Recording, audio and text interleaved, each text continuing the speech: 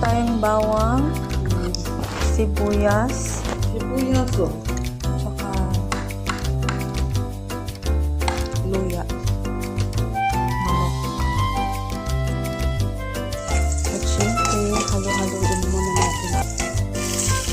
Lagay na natin.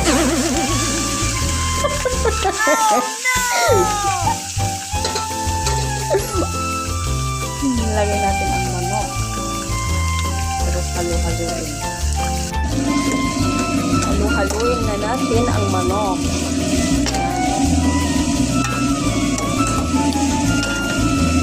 Nagtatawanan tuloy ako ng nanay ko.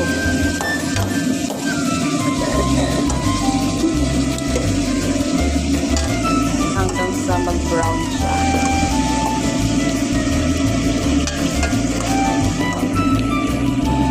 Araw-araw manok. Kaya pag uwi mo ng Pilipinas, may pakpak ka na. May balahibo ka pa.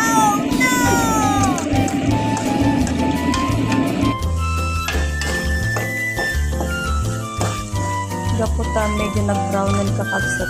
Ilagay tayo ating sabaw na. Yun. Ano bang tawag dito? Ades.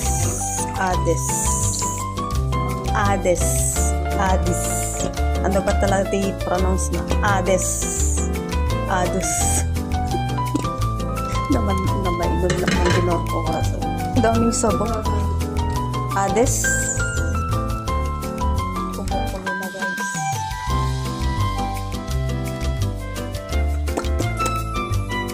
Sarap.